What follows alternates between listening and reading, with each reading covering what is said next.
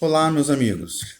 Estamos aqui de volta para falar com vocês sobre o assunto das células dessa semana. Na verdade, iniciar o assunto de células deste mês. Normalmente, é comum, assim, todas as igrejas, ou a maioria delas, principalmente as mais tradicionais, as mais antigas, ter o mês de maio como o mês da família.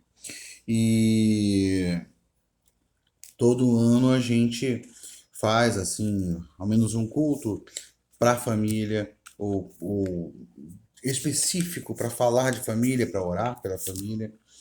A gente queria fazer esse ano um mês inteiro, tratando da família, falando para a família, ministrando sobre a família, porque a gente entende ser uma necessidade enorme, urgente, né? Cuidar da família, cuidar das famílias da igreja. Existe um, um avanço ruim contra a família, o avanço de uma mentalidade que está destruindo a família, fragilizando os relacionamentos. Existe uma mentalidade destrutiva que está vindo de encontro, né, para se chocar com os princípios e valores que dizem respeito a Deus, a sua palavra, aquilo que ele nos ensinou. E a família é um dos valores principais que nós herdamos de Deus, daquilo que ele desejou construir em nós e através de nós, na sua ideia original para a criação do homem. A família é alguma coisa muito essencial, muito fundamental, né? Família é nossa base, nosso alicerce. É na construção da família que a gente constrói uma sociedade. Se a gente tem uma família, as famílias desestruturadas, a gente tem uma sociedade problemática.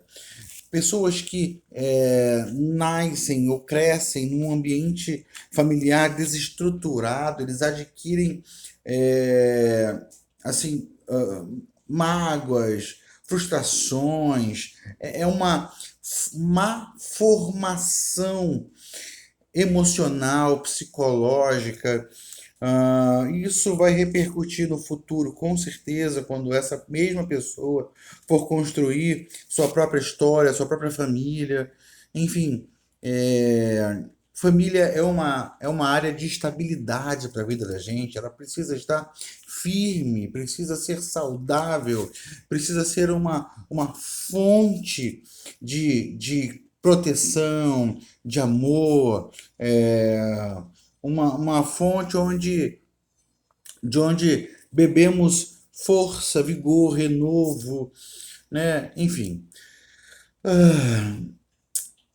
a gente precisa então ir na contramão dessa investida de destruição, né? A gente precisa ir na contramão desse trabalho para desconstruir a nossa ideia de família, tirar o valor da família, né? Ou relativizar, né, o valor ou a importância da família. A gente precisa ir na contramão disso, porque família é um valor que não pode ser negociado. Família é um valor que não pode ser negligenciado. E eu queria propor para a gente a leitura de um texto. Um texto que são conselhos de Pedro. Ele dá conselhos especificamente às mulheres e conselhos especificamente aos homens. Mas eu queria que, para esse mês, a gente não fizesse essa distinção, a gente não tratasse o conselho à mulher, especificamente à mulher, e a gente costuma fazer isso, e aí ver as características básicas da mulher, e por que que esse conselho foi a ela, e o conselho é homem, sabe? Eu queria que a gente fugisse disso. Eu queria que a gente extraísse o princípio ensinado, o valor do conselho, e entendesse que esse conselho serve para homens e mulheres, serve para qualquer pessoa que queira é, é, ter uma família saudável, firme, estruturada. Perfeito?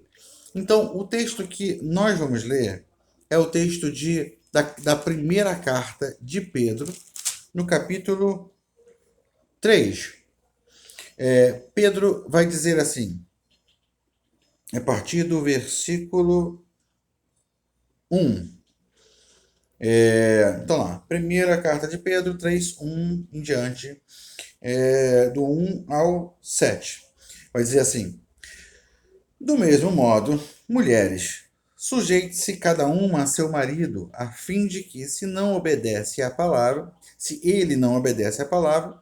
seja ganho sem palavras pelo procedimento de sua mulher, observando a conduta honesta e respeitosa de vocês. A beleza de vocês não deve estar nos enfeites exteriores, como cabelos trançados e joias de ouro ou roupas finas. Ao contrário, esteja no seu interior que não perece, beleza demonstrada num espírito dócil e tranquilo, o que é de grande valor para Deus. Pois era assim que também costumavam adornar-se as santas mulheres do passado, que colocavam sua esperança em Deus. Elas se sujeitavam cada uma a seu marido, como Sara, que obedecia a Abraão e o chamava de Senhor.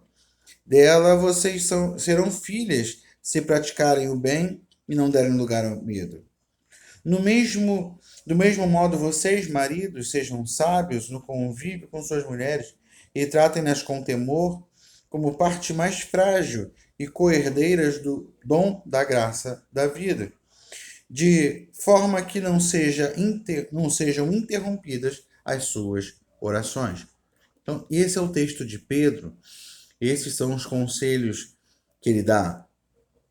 E se a gente pensar nos conselhos, sem restringir conselhos às mulheres, conselho aos homens, a gente vai ver que o primeiro conselho que Pedro está dando é um conselho a respeito do procedimento.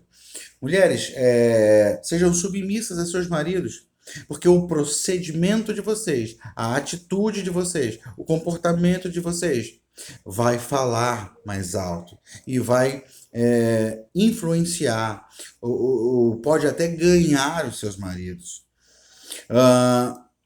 O segundo conselho que Pedro dá à mulher, mas que vale para todos nós, é sobre a beleza interna. Ele diz: olha, não sejam como as outras pessoas, outras mulheres que pensam que só na beleza exterior e nos frisados de cabelo e em todos os enfeites e maquiagem. Não.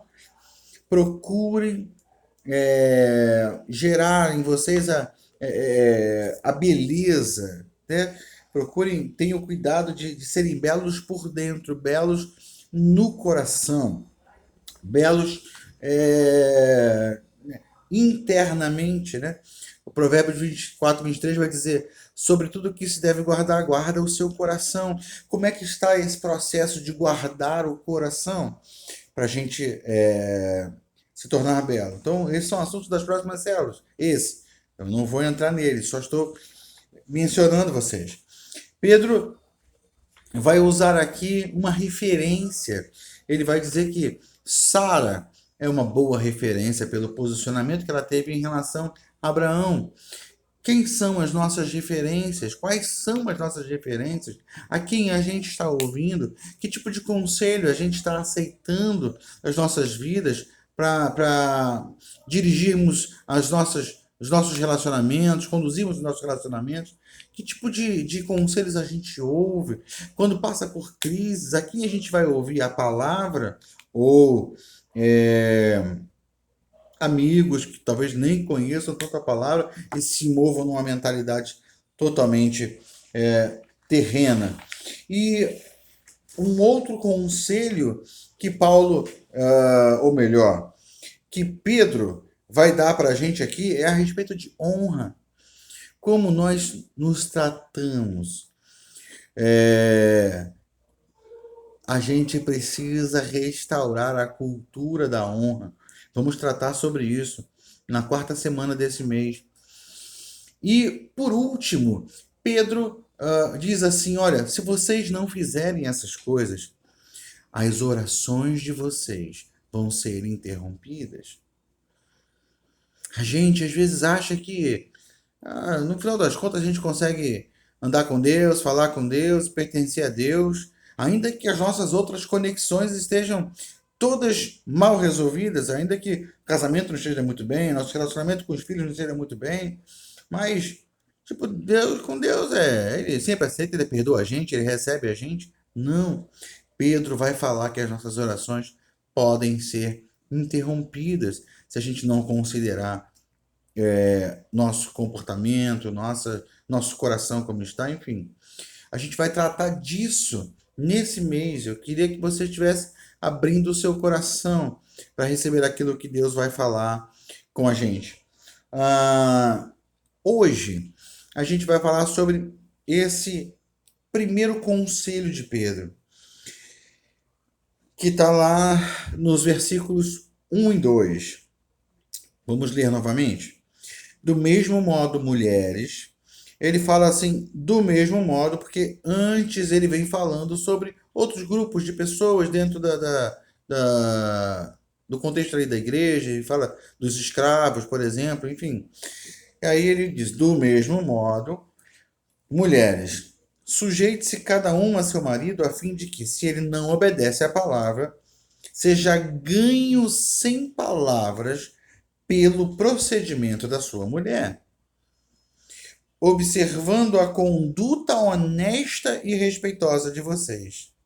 Então, Pedro está dizendo, olha, mulheres, sejam as melhores mulheres que vocês podem ser. Ele está dizendo, não deem aos seus maridos razões de reclamarem de vocês.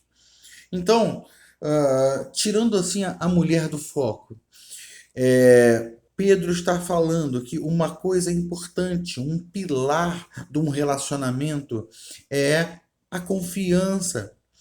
A gente não consegue confiar numa pessoa que tem fama de mentirosa, tem a prática, tem hábito de mentir, ou um hábito de não cumprir promessas, sabe? Esse tipo de pessoa não é confiável. E se a pessoa não é confiável, a gente se relaciona com limites, né? A gente não entra de cabeça num relacionamento com alguém que, de alguma maneira, não nos parece confiável. A gente até sabe que a pessoa não é confiável. A gente não abraça um relacionamento profundo e íntimo com uma pessoa dessas. Não é verdade? Então, é isso que Pedro está falando. Olha, se vocês querem ter bons relacionamentos que vão gerar bons frutos, inclusive um relacionamento através do qual você possa atrair pessoas a Cristo Jesus, vocês precisam proceder com honestidade, com santidade, de forma respeitosa. Vocês podem ter a oportunidade de ganhar pessoas a Cristo se agirem corretamente. Então, Pedro está acendendo uma luz para a gente que esse proceder correto, esse proceder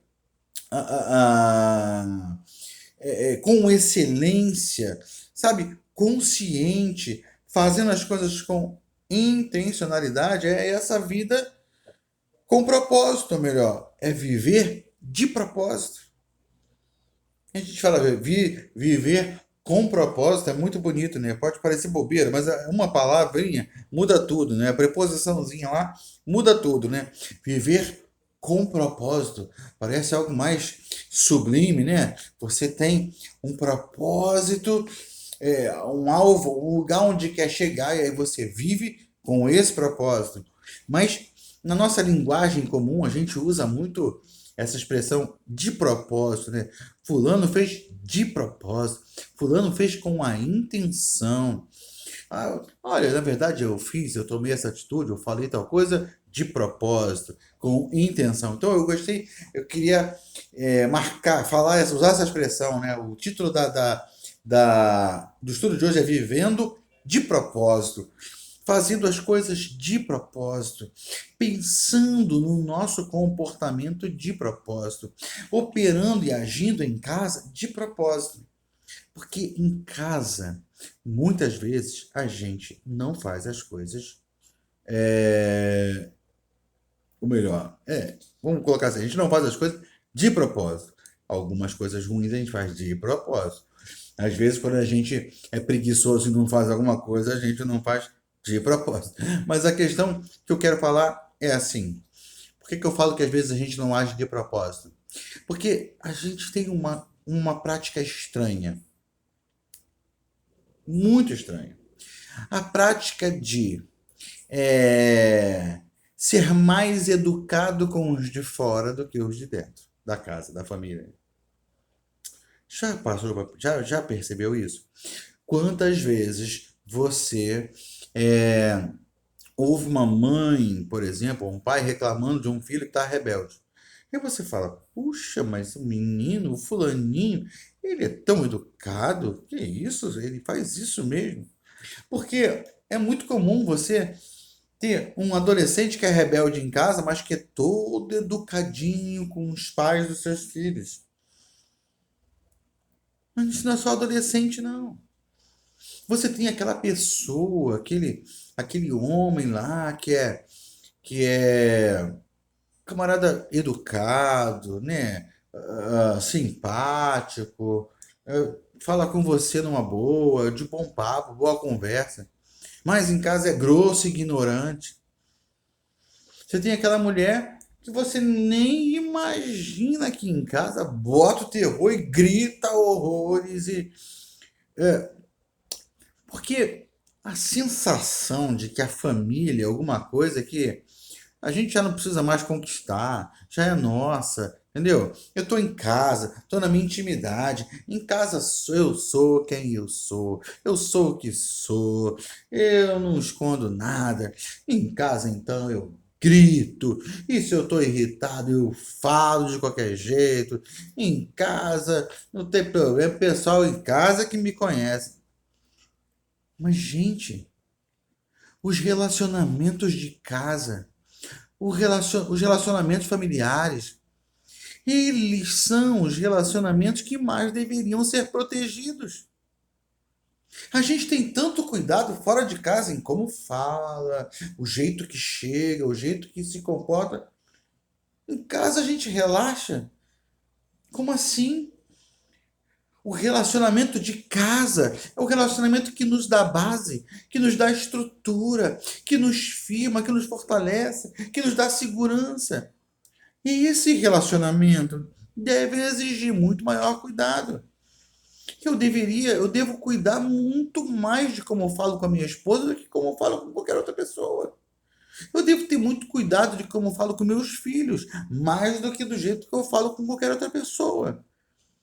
Porque eles são os meus relacionamentos mais caros, mais preciosos, mais indispensáveis. Entende como a nossa mentalidade está torcida? Aí você tem lá aquele irmão que está na igreja, que trabalha, que prega, que faz um monte de coisa, que está envolvido e que está lá, líder de célula, supervisor, enfim, desenvolve liderança, algum ministério, lá na igreja é uma bênção. E aí chega em casa, as pessoas começam a perguntar, ué, cadê aquela espiritualidade? Onde você deixou? Isso é muito grave.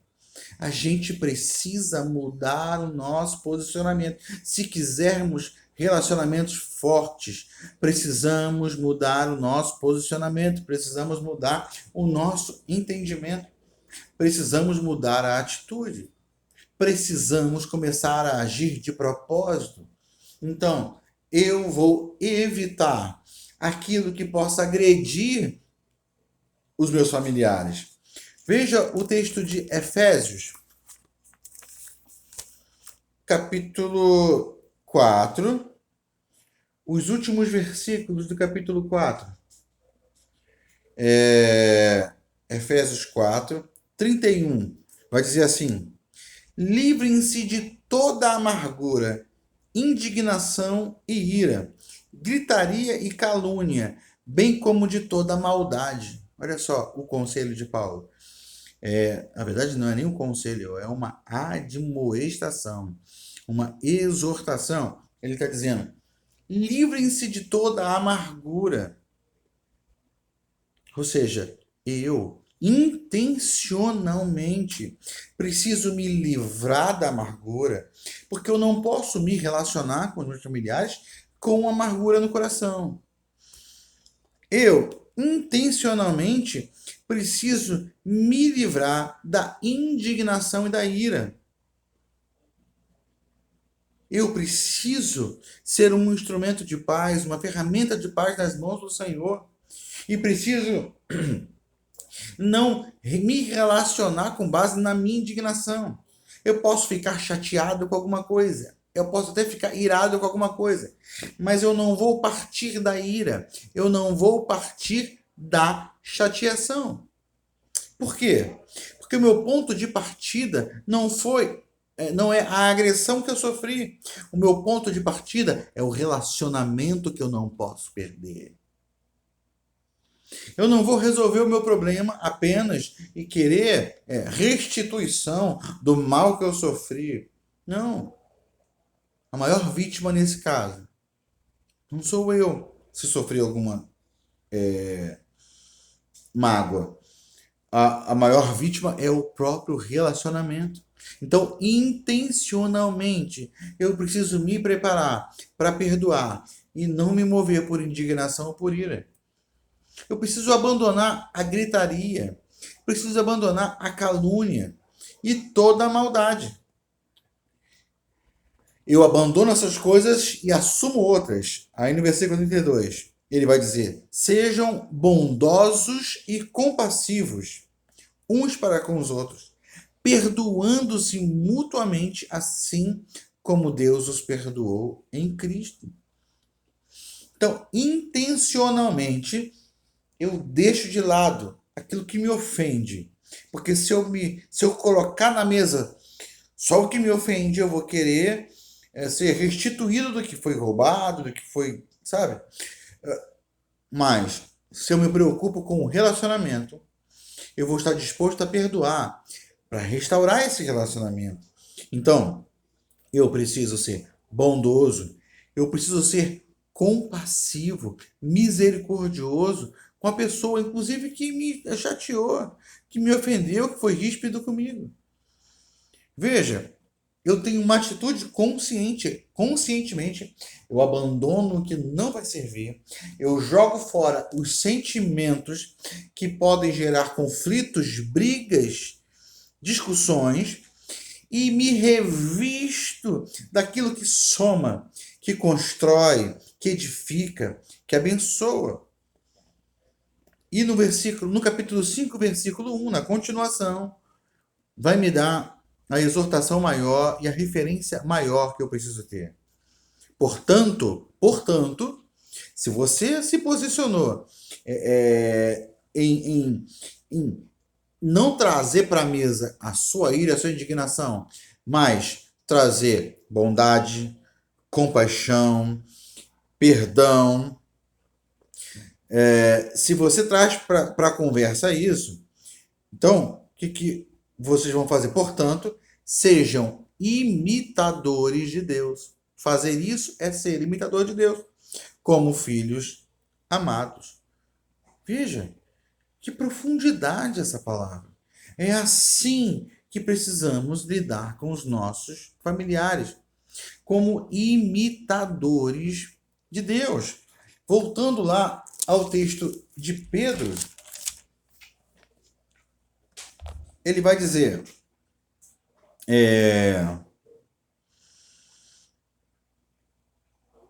se o seu familiar, por exemplo, não obedece à palavra, ele pode ser ganho sem palavras pelo procedimento. pelo seu procedimento. Está no versículo 1. Observando a conduta honesta e respeitosa de vocês. Ou seja, a sua intencionalidade em imitar Deus e em ser uma referência dentro da sua casa, em ser alguém que vive de forma autêntica, sincera, verdadeira, genuína o Evangelho de Cristo Jesus. Essa sua atitude intencional em viver o Evangelho vai falar muito alto no coração dos seus familiares e você pode ganhá-los para Cristo. Atitudes intencionais é o que nós precisamos. Porque nós precisamos atitudes que têm base no nosso entendimento no que diz respeito à nossa identidade. Eu nasci de Deus para ser de Deus e preciso refletir Deus. Preciso me encher de Deus e dar sinais de que Ele habita em mim, imitando suas atitudes, imitando o seu comportamento, imitando o seu posicionamento. Se Deus é bom, eu preciso ser bom. Se Deus tem compaixão, eu preciso ter compaixão. Se Deus ama, eu preciso amar. Se Deus perdoa, eu preciso perdoar. Nós precisamos, como crentes, viver de propósito esse evangelho. Viver de propósito essa realidade de imitação a Deus, sendo o mais parecido com Ele que pudermos, gradativamente nos tornando mais parecidos com Ele.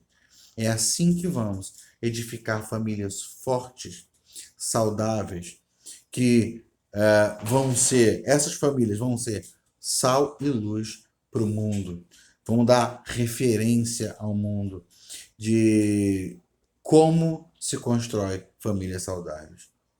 Amém, meus queridos? Que Deus nos abençoe, que Deus abençoe você, que Deus abençoe nossa igreja, que Deus abençoe nossas famílias e que você se deixe tratar por Deus. Que sua célula nessa semana seja um tempo de mudança, quebrantamento, transformação. E que você se revista dessa intencionalidade de ser um imitador de Deus. Amém? Que Deus te abençoe, meu. Deus abençoe sua família. Que a graça do Senhor transborde sobre você. Amém? Fica na paz de Deus. Em nome de Jesus. Amém.